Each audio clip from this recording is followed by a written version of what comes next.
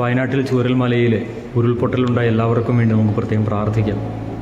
കഴിഞ്ഞ വർഷം വയനാട്ടിലുണ്ടായിരുന്നപ്പോൾ എപ്പോഴൊക്കെ കടന്നുപോയ ആ വഴികളും ഇറങ്ങി കാല് കഴുകിയ ആ നീരുറവയുമൊന്നും ഇനിയില്ല എന്നുള്ളൊരു ഓർമ്മ ഒരല്പം വിഷമത്തേക്കാൾ ഉപരിയായി കൂടുതലും മനസ്സിലേക്ക് നിറയ്ക്കുന്നത് ഭീതിയാണ്. കാരണം ഞാനടങ്ങുന്ന ഒരു 35 ലക്ഷം ജനങ്ങളുടെ തലയ്ക്ക് മുകളിൽ തൂങ്ങിയാടുന്ന ഒരു വാളുണ്ട് നാട്ടിൽ. സമുദ്രനിരപ്പിൽ നിന്ന് ഏതാണ്ട് ഒരു 850 മീറ്ററോളം ഉയരത്തിൽ സ്ഥിതി ചെയ്യുകയും ഒരു 6 ജില്ലകളെ ഒറ്റയടിക്ക് മണിക്കൂറുകൾ കൊണ്ട് ഒന്നുമല്ലാതാക്കി നാമാവശേഷമാക്കി തീർക്കുവാൻ ശക്തമായ ഒരു ബോംബ്, മുല്ലപ്പെരിയാർ. ഈ ചൂരൽമലയിലെ ഈ അപകടം നമ്മുടെ ഓരോരുത്തരുടെയും മനസ്സിലേക്ക് കൊണ്ടുവന്നിട്ടുള്ള ചോദ്യചിഹ്നം ഈ മുല്ലപ്പെരിയാറിനെ കുറിച്ചുള്ളതായിരിക്കണം. കാരണം ഈ ഒരു ഉരുൾപൊട്ടലിൽ ഇത്രയേറെ നാശം ഇത് വിതച്ചെങ്കിൽ ഒരു ജലബോംബായി നിൽക്കുന്ന ആ മുല്ലപ്പെരിയാറിൻ്റെ പതനം കൊണ്ടുണ്ടാകാവുന്ന നാശം എത്രയായിരിക്കുമെന്ന് നമുക്ക് ആർക്കെങ്കിലും ഊഹിക്കാൻ പറ്റും. ആ മുണ്ടക്കൈ പോലുള്ള ഒരു ടൗൺ ഇല്ലാതായതുപോലെ 6 ജില്ലകളാണ് കേരളത്തിൽ നിന്ന് തുടച്ചു മാറ്റപ്പെടാൻ പോകുന്നത്. പക്ഷെ അതിനെക്കുറിച്ചൊന്നും ഇതുവരെയും ആരും സംസാരിച്ചിട്ടില്ല. എത്രയോ വീഡിയോകൾ, എത്രയോ യൂട്യൂബേഴ്സ്, എത്രയോ പേർ മുല്ലപ്പെരിയാർ വിഷയത്തെക്കുറിച്ച് സംസാരിച്ചിരിക്കുന്നു. പക്ഷെ അധികാരികളിൽ ആരുടെയും ശ്രദ്ധയിലേക്ക് ഇത് എത്തിയിട്ടുണ്ടോ എന്ന് പോലും സംശയമാണ്. അവരെ ബാധിക്കാത്തത് കൊണ്ടാണോ, അവരുടെ ആരുടെയും ബന്ധുക്കളോ മിത്രങ്ങളോ സുഹൃത്തുക്കളോ ഒന്നും അവിടെ ഇല്ലാത്തത് കൊണ്ടാണോ ഇങ്ങനത്തെ ഒരു നിസ്സംഗതാഭാവം ഇവർ പുലർത്തുന്നതെന്ന് പോലും ചിലപ്പോൾ സംശയം തോന്നിയിട്ടുണ്ട്. വയനാട്ടിൽ ഈ അപകടം ഉണ്ടായിക്കഴിഞ്ഞപ്പോൾ ഏറ്റവും ആദ്യം സഹായവുമായിട്ട് വന്നത് നമ്മുടെ സ്വന്തം അയൽക്കാർ, തമിഴ്നാട്ടുകാർ തന്നെയാണ്. MK സ്റ്റാലിൻ വളരെ ഉദാരമായി 5 കോടി രൂപ മുഖ്യമന്ത്രിയുടെ ദുരിതാശ്വാസ ഫണ്ടിലേക്ക് ദാനം ചെയ്യുകയുണ്ടായി.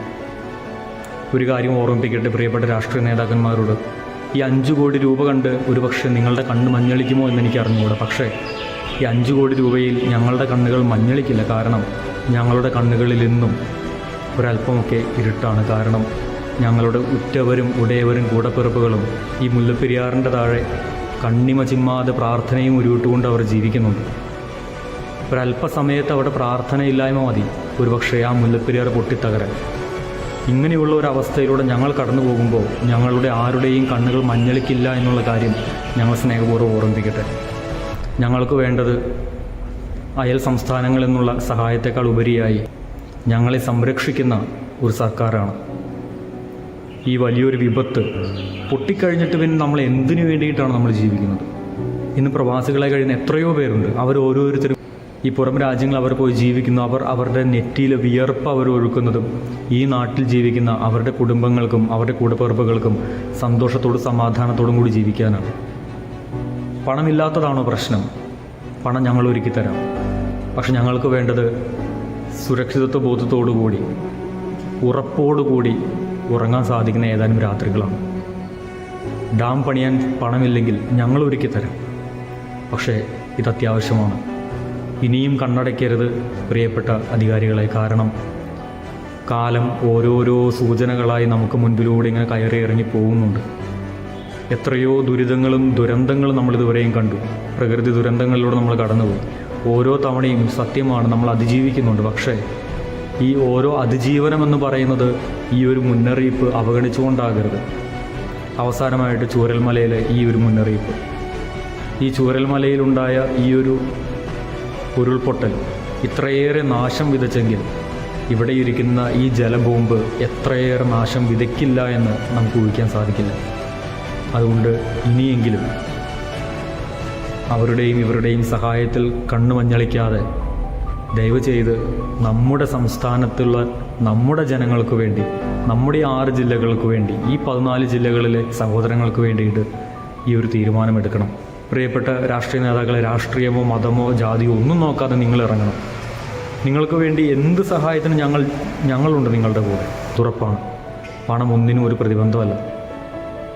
കാരണം ഞങ്ങൾക്ക് ഞങ്ങളുടെ കൂടപ്പിറപ്പുകളെ വേണം. ഞങ്ങൾക്ക് ഞങ്ങളുടെ ഉറ്റവരെ വേണം. അവരുടെ കൂടെ ജീവിച്ച് ഞങ്ങൾ കൊതി മാറിയിട്ടില്ല. പക്ഷെ ഇന്നും ഞങ്ങളുടെ ഉള്ളിൽ ഒരു ചോദ്യചിഹ്നവും ഒരമ്പും ഞങ്ങളിങ്ങനെ വേദനിപ്പിക്കുന്നുണ്ട്. എത്ര നാൾ? ഇനി എത്ര നാൾ ഞങ്ങൾ കാത്തിരിക്കണം? എത്ര നാൾ ഒരുപക്ഷെ ഈ മുല്ലപ്പെരിയാർ കാത്തിരിക്കും?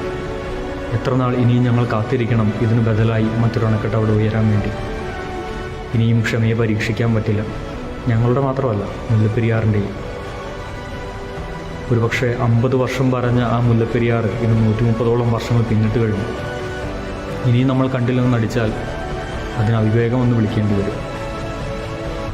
എന്തെങ്കിലും സംഭവിച്ചു കഴിഞ്ഞിട്ട് ഇതിനെയും നമ്മൾ അതിജീവിക്കുമെന്ന് പറഞ്ഞുകൊണ്ട് വരുന്ന സ്ഥിരം പല്ലവി ഒരുപക്ഷെ ഈ മുല്ലപ്പെരിയാറിന് ശേഷം ഉണ്ടാവില്ല. കാരണം 6 ജില്ലകൾ മാത്രമല്ല അതിൻ്റെ പരിണിതഫലം അനുഭവിക്കുക മറ്റുള്ള ജനങ്ങൾ കൂടിയാണ്. നമുക്ക് ഒരുമിച്ച് മുന്നേറാം. എല്ലാ രാഷ്ട്രീയ പാർട്ടി നേതാക്കളെയും ഒത്തിരി സ്നേഹത്തോടു കൂടി തന്നെ ഓർക്കുന്നു. നിങ്ങളോട് അഭ്യർത്ഥിക്കുകയാണ്. ഞങ്ങൾക്ക് ഞങ്ങളുടെ കൂടപ്പിറപ്പുകളോട് കൂടെ ജീവിക്കണം. ഞങ്ങൾക്ക് ഞങ്ങളുടെ ഉറ്റവരോട് കൂടെ ജീവിക്കണം. സന്തോഷത്തോടും സമാധാനത്തോടും കൂടി.